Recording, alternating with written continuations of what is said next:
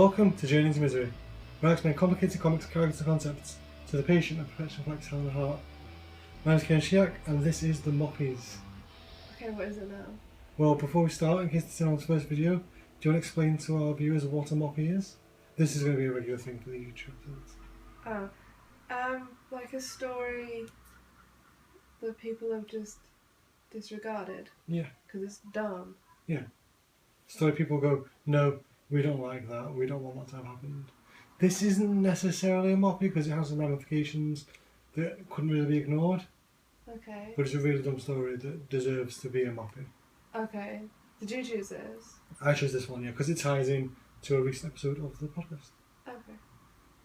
So today we are talking about Justice League, Cry for Justice. That sounds dumb already. It's by James Robinson, Okay. who's the writer of Starman, Oh. with art by Mario Cassioli, Scott Clark and Adrian Sia. Okay. Are they good? Yes. It was kind of a showcase, especially for Mario Cassioli, who's a very detailed painted artist. Okay. But it was very late, and CF and Clark came in to kind of do some pages here and there Oh. to make up the difference. Right. So it came out in 2009. It spun out of the events of Final Crisis, where both the Martian Manhunter and Batman were thought to be dead. Okay. And this is kind of a reaction to that in many ways. You may not be familiar with some of these characters, Okay. so rather than what we usually do for audio Journey's Miseries, Show me the pictures. show you the pictures as we go on. I'm just going to show you all the pictures now, Okay. all the characters we're going to see as we go on, and hopefully they will be right here on the video. For our Okay, you're videos. going to put pictures in. Yeah, like over me, over my face. Why not over me? Because they want to see like your reactions and stuff. That's what they Picture. Yeah. You like react to my face like, wow.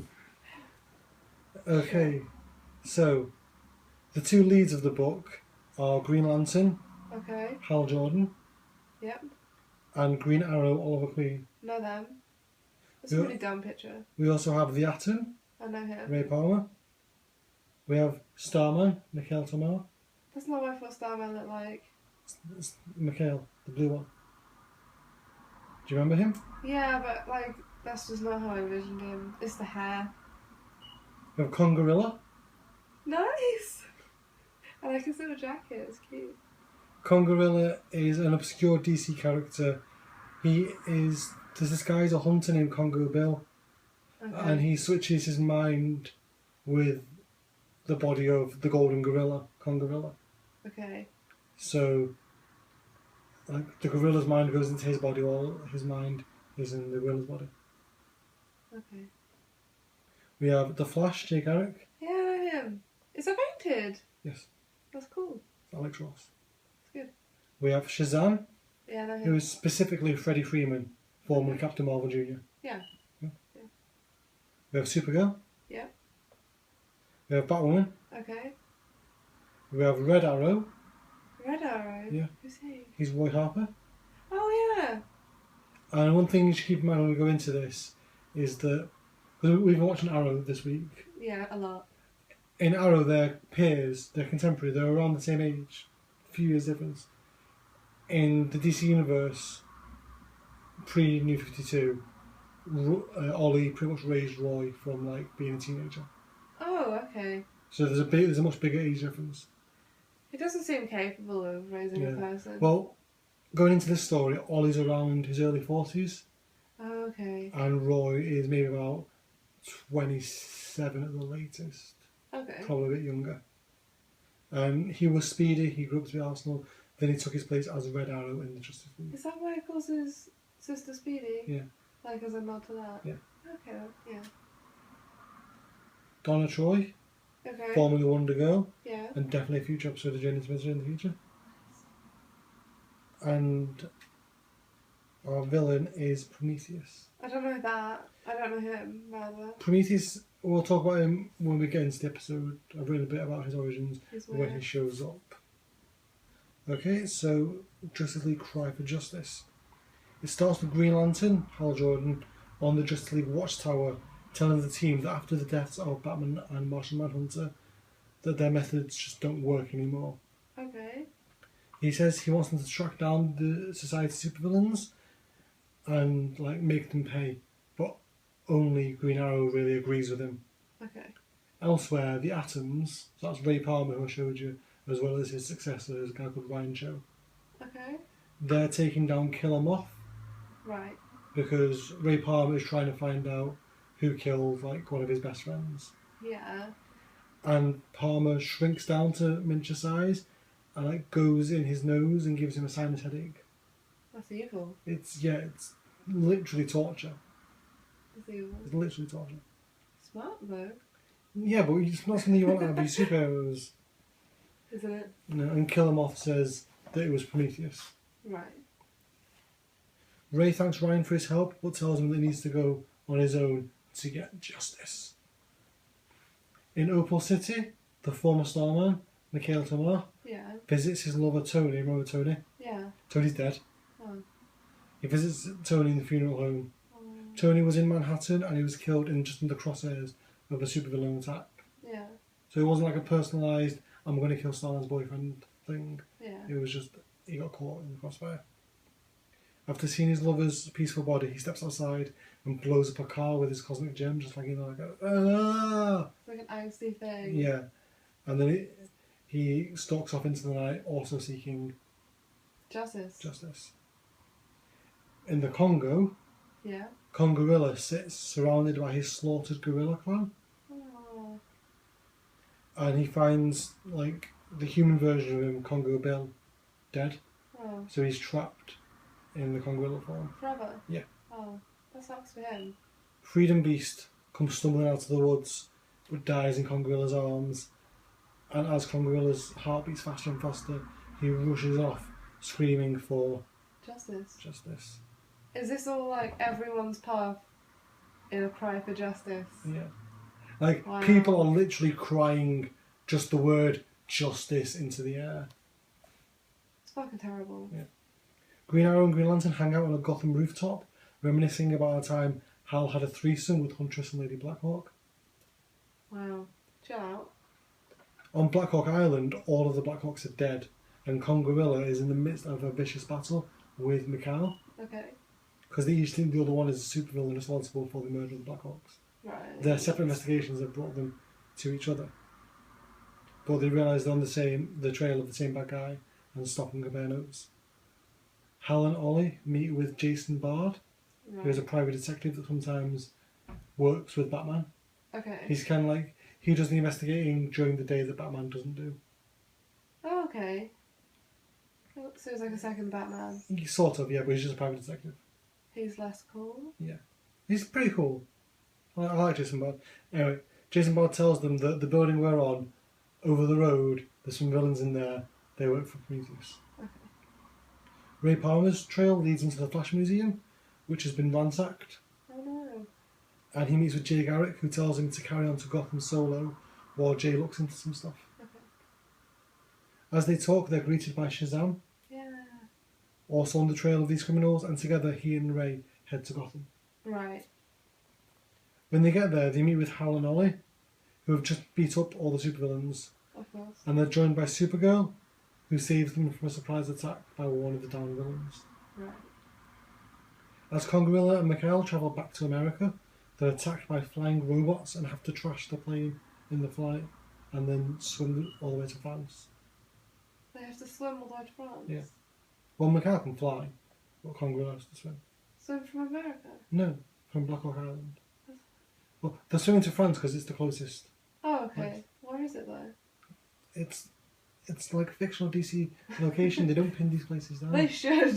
They don't, because They should. like some other writer's going to come along and change it. Wow. They should listen. It's like to when you each say other. like, where in America is Metropolis?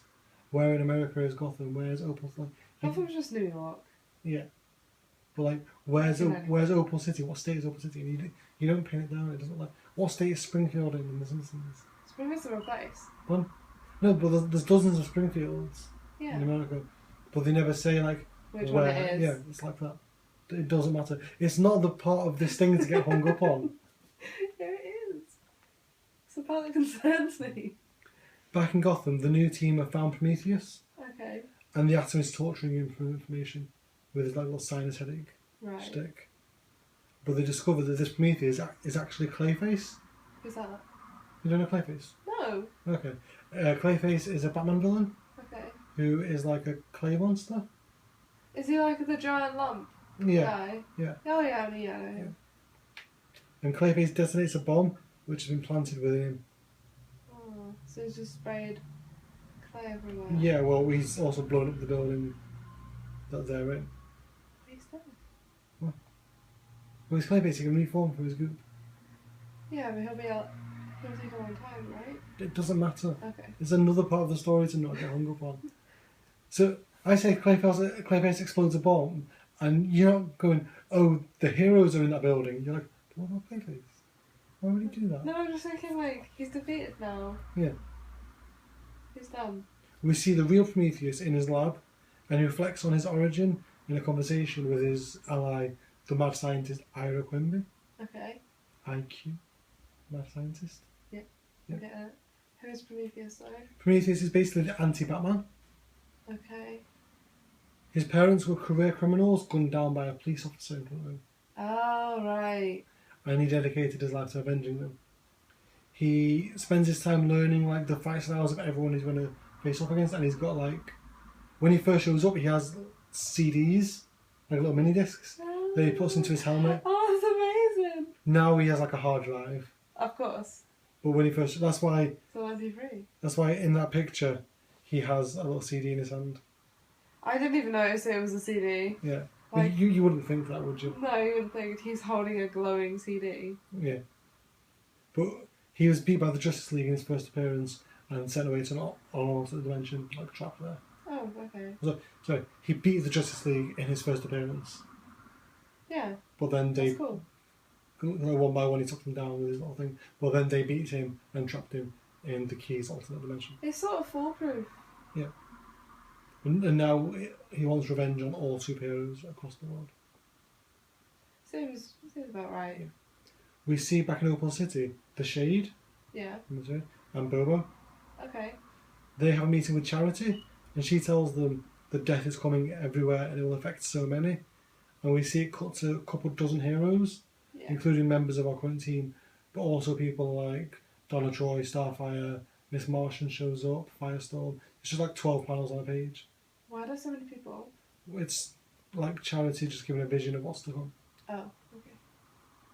The rubble clears around the new team, and they're all unharmed, saved by Shazam's lightning. Oh.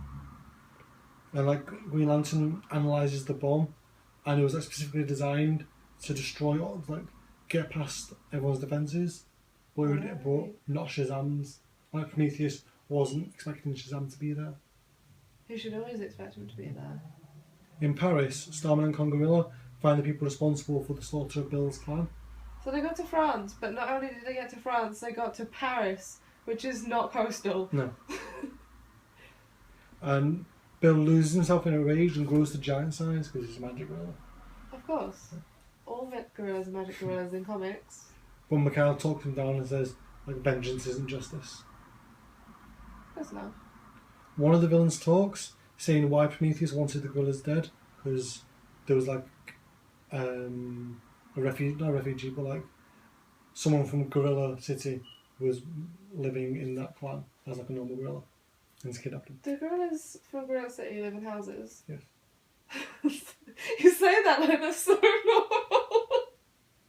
You're like, yeah, why wouldn't they? Because they're gorillas. They live in little huts. Okay. Yes. How do they use doors? With their hands. They do with their hands. They have like fisty things. I'm sure they work around it. They can hold Once tools. again, They can not, hold tools. not the thing to get caught up on. Okay, so yeah, they've evolved enough to use tools. Yeah. They can probably use a door handle. So yeah, Mikhail talks Bill out of killing the villain. Right. Yeah, one of us talks. This one, yeah. While this is going on, Jay Garrick is going all around the country, recruiting all the superheroes that we saw in Charity's vision. Right. Back with the main team, Green Arrow has a problem with Ray Palmer's torture, but Palmer tells him not to question his methods. Okay. Shazam tells them to stop arguing and realise that this is bigger than them and they need to get back on track. Yeah. And that they need help. Seems logical. And also, like, Supergirl's like super into him at this point. What does that have to do with the story? Well, I'm just saying, like, Shazam like this cool dude. He's also a child. No, this is Freddie Freeman. Oh yeah. Freddie Freeman's in his teens. Still. This, How much of his teens though? like, Because there's a big difference between 13 and 18. I think he's like 17, 18. In the Shazam book that came out before this, he's got his own flat. Okay, yeah, so he's like a reasonable age. Yeah. They return to the Watchtower and ask the Justice League for help, but like Black Canary's like, you can't just come back. You were dicks to us. Ollie, you're my husband, because they're married at this point. I'm like, you can't just fuck off like this. Mikhail and Bill turn up at Animal Man's house, Okay. asking for help. And Donna, Troy and Starfire join them as well. Hal explains to the Justice League what's been going on, and Red Arrow says the League will help. But Black Canary's like, no, it's not simple as that. As supervillains attack cities across the country, Batwoman contacts the League, and she's got the body of a villain killed by Prometheus's dead man switch. Okay. Because everyone that the League has captured, like, they've died, like, Prometheus has triggered a kill switch in them. That sucks. But Batwoman's managed to get a body so the League can, like, do an autopsy on it. Alright. And Firestorm heads to Gotham to pick it up. Eventually, the heroes realise Prometheus has the tech. He's like been stealing like this bit of tech here and this bit of tech there all over the country, and they realise what he can build with it. What's that? You can build something that will be able to teleport an entire city into another dimension. Ooh, that's useful.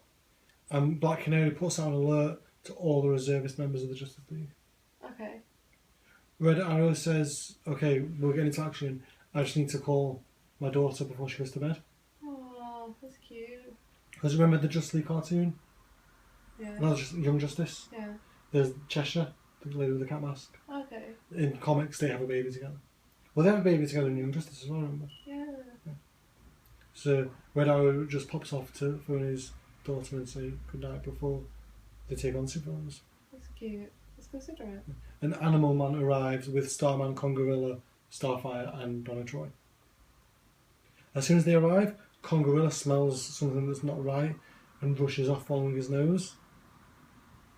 Supergirl follows him and they find a trail of blood which leads to Red Arrow stumbling towards them, clutching his stump of an arm.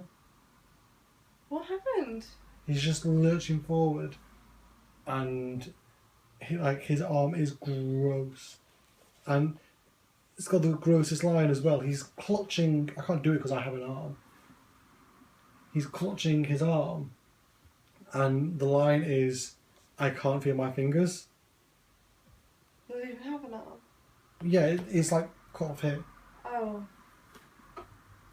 But I'm going to try and get the picture up now because I should have put this in the thing.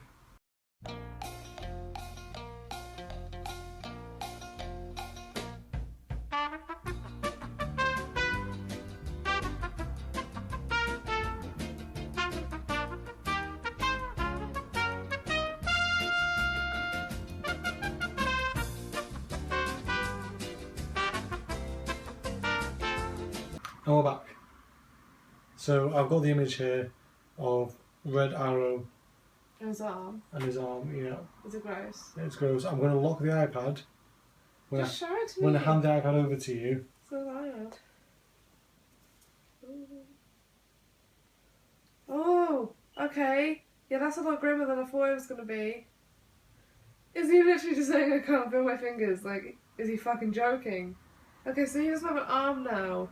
So that's been torn off. Yeah, That's gross. it's very gross. So, where are we there? Supergirl cauterizes the wound with her heat vision, and the rest of the team catches up to them. Yeah. Green Arrow cradles his best friend and former sidekick and bows to get the man who did it. While in the other room, Shazam has beat up Congorilla and Jay Garrick Oh. and is in mid-fight with Supergirl. Why? Supergirl reveals that she figured out that Shazam was actually Prometheus in disguise. How? comics. So he's got like a disguise button as well. Yeah, sure. Why not? And he drops the act as the rest of the Justice League rush in, and he starts taking them down extremely effectively. He beats the shit out of the entire Justice League for just like pages and pages of comics. Yeah, because he's got those discs. Yeah, but it's just they just keep going into it. Just like we could get the point like after one page, but it's just pages of Prometheus just like handing the Justice League the ass until the Shade, Okay. because Prometheus doesn't have any files on the Shade. Because he's the Shade. Yeah. Okay, so he can't beat him. Yeah. Donna Troy uses the distraction to catch up to them and just beat the shit out of Prometheus. And the Justice League manage to like get him tied up. Right. He tells them his plan was to send their cities, so like Star City for Green Arrow, Opal City, Coast City. Yeah. Send all their cities to like just somewhere in the multiverse. Right. So like there'd be like a needle in the haystack, like they'd never find them. Yeah. And it's already started. Like the key has already started. Oh. The activation has already started, but something's going wrong, and they're not teleporting. They're just destroying the cities. No! So like he's not moving stuff. Yeah. Oh dear. So it started with Star City 5 minutes ago. Oh. So that's gone. Well, they just like rushed to Star City to help as many people as possible. When Green Arrow gets to his house, he finds Roy's daughter, his adopted granddaughter, little 6-year-old Leanne, dead. No. As heroes try to save Star City and find the devices in the other cities, Miss Martian is brought in to find the disarm codes inside Prometheus' head, but gets knocked out by his psychic defences. In Fawcett City, the Bulleteer finds the real Freddie Freeman with his lips sewn shut, and it's super great. Like, imagine that art of Roy Harper missing his arm, With a mouth. but imagine that with someone's lips sewn shut. Jesus Christ. And, like, thousands of people across America have died, and the cities crumble. Eventually, Green Arrow decides enough is enough and makes the call to let Prometheus go. True to his word, he gives them the codes to shut down the devices, but for many people, it's too late. As the Justice League begins disaster relief, Green Arrow somehow finds his way to Prometheus' lair, and Prometheus turns round, gets an arrow through the middle of his head, and the last line of the comic is... What's this? Yeah. Okay. Right. So what is it that people have disregarded? Well, like I said at the start, no, people didn't really disregard this, because you can't really disregard, like... Red Arrow had his arm cut off, and his daughter was killed. And that's still a thing. No, because of the New 52. But this is the comic that Chris Simmons said is the reason they had to do the New 52. Because they just fucked it up so bad. Yeah, like, they got too dark and too grim and just too dour that they just... that was it. They were just like, no, there's no working this out. Yeah. We're done. Yeah. And the thing that annoys me when I was rereading it, the thing that really bugged me was, like, Red Arrow isn't even, like, a protagonist. No, he's just there. Like, he's, like, if he was, like, on the team and then the bad stuff happened to him, it'd be, like, it wouldn't be much better, but he just feels like an innocent bystander. Yeah. It's just like, oh, our friend got his arm cut off. Yeah, and his daughter was killed in an earthquake. It's sort of like we know a guy that bad stuff happened to, Yeah. rather than this guy that is the focus of this. Yeah, it's... So, what did you think of that? I don't know. The art's probably really good. Yeah. Like, the art probably tells it well. Like, enough for it to be, like, sort of enjoyable. No, that's how bad it is. Oh. Okay. It's... I just thought it was sort of pointless. Like, not pointless as in, like this has no meaning. Mhm. But, like, they could have just not done that. And then everything would have been okay. I was super hyped for this as well when it came out, because I really liked Freddie Freeman. I really liked Freddie Freeman as Shazam. And they're like, okay, this is going to be, like, nothing's happened with him since, like, he became Shazam. There was that series where, like, it came out really late and, like, took ages to finish. Then no one did anything with it. So it's like, okay, we're going to make Freddie Freeman Shazam, and it's going to be, like, on the Justice League front and centre, and then he gets like issue like 5. And, oh no, it wasn't Freddy. Freddy got beat up before the story started and had his lips sewn shut. Yeah. Like, I had some Kong Gorilla comics as a kid, and I was like, oh yeah, this giant golden gorilla with a waistcoat. It's awesome. That's my shit.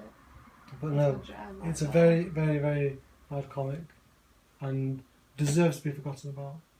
It just seems so It's kind of more than a Mopee because unneeded. not only did like fans disregard it, DC Comics rebooted their entire universe. This isn't the only reason why they did it, the sales factors and all the stuff. But Yeah. even DC Comics, like, no, that didn't happen. We're sorry. That didn't happen so hard that so much other stuff also didn't happen. Yeah. So I said that this isn't a Mopee, it's the ultimate Mopee. Yeah, I guess. Okay, so that's our second episode of our video journey into miseries. Thank you for watching. That was dumb. Click all the links. The links didn't show up last time, so I'm not going to try it this time. I go like that. But all You the tried to learn how to do it. You put them in. I put them in and it looked like it worked, but when I looked on the actual episode page, it wasn't there. Even What you should do is you should watch a YouTube tutorial on how to do it. on how to do it, and then do it, and then they'll be there. The thing is, I don't want to go like there and like there again. And Well, then you them don't not have show to, up. but you can put it in the other video. Yeah, it's true. Maybe then in the third video. Yeah. Which the third video, I promise, is going to be Sins Past. What's that? Because we've talked about it enough. It was the one that we were either going to do the Draco or Sins Past. Okay. And we did the Draco. Oh, and that's what it is. Yeah. Sins Past is a Spider-Man story. Okay, so it's going to be terrible. Specifically, it's a Gwen Stacy story. Oh, okay. So thank you for watching this video. Check out all the links on kingimpulse.com and everything with us. The main podcast, go Patreon and all that stuff. All the links are over there. Mine's Kieran Sheek. I'm at King Impulse on Twitter. I'm Helen the Heart. I'm going to hit you on Twitter. This has been a journey into misery. Yeah. We've not had a chat time for a while. Yeah, we haven't. And now his arm's been cut off. Yeah. We should do a follow-up to this because he gets like re-addicted to heroin and thinks a dead cat is his baby. Okay. And he's just stood there, just holding a dead cat, thinking it's his baby. Okay. We'll end there. I think I misattributed it. I think Chris says it's the follow-up to this is the one where they had to reboot. That's called The Rise of Arsenal. So maybe we'll do The Rise of Arsenal next instead, or maybe alternate, I don't know. That's gross. Why is there a dead cat? Because he's like in an alleyway where he's like hallucinating, which doesn't happen on heroin. Yeah, they don't seem to understand like drugs Yeah. in comics ever, really. But we'll talk about that next time or in 2 months' time. Thank you for watching. We'll see you next month.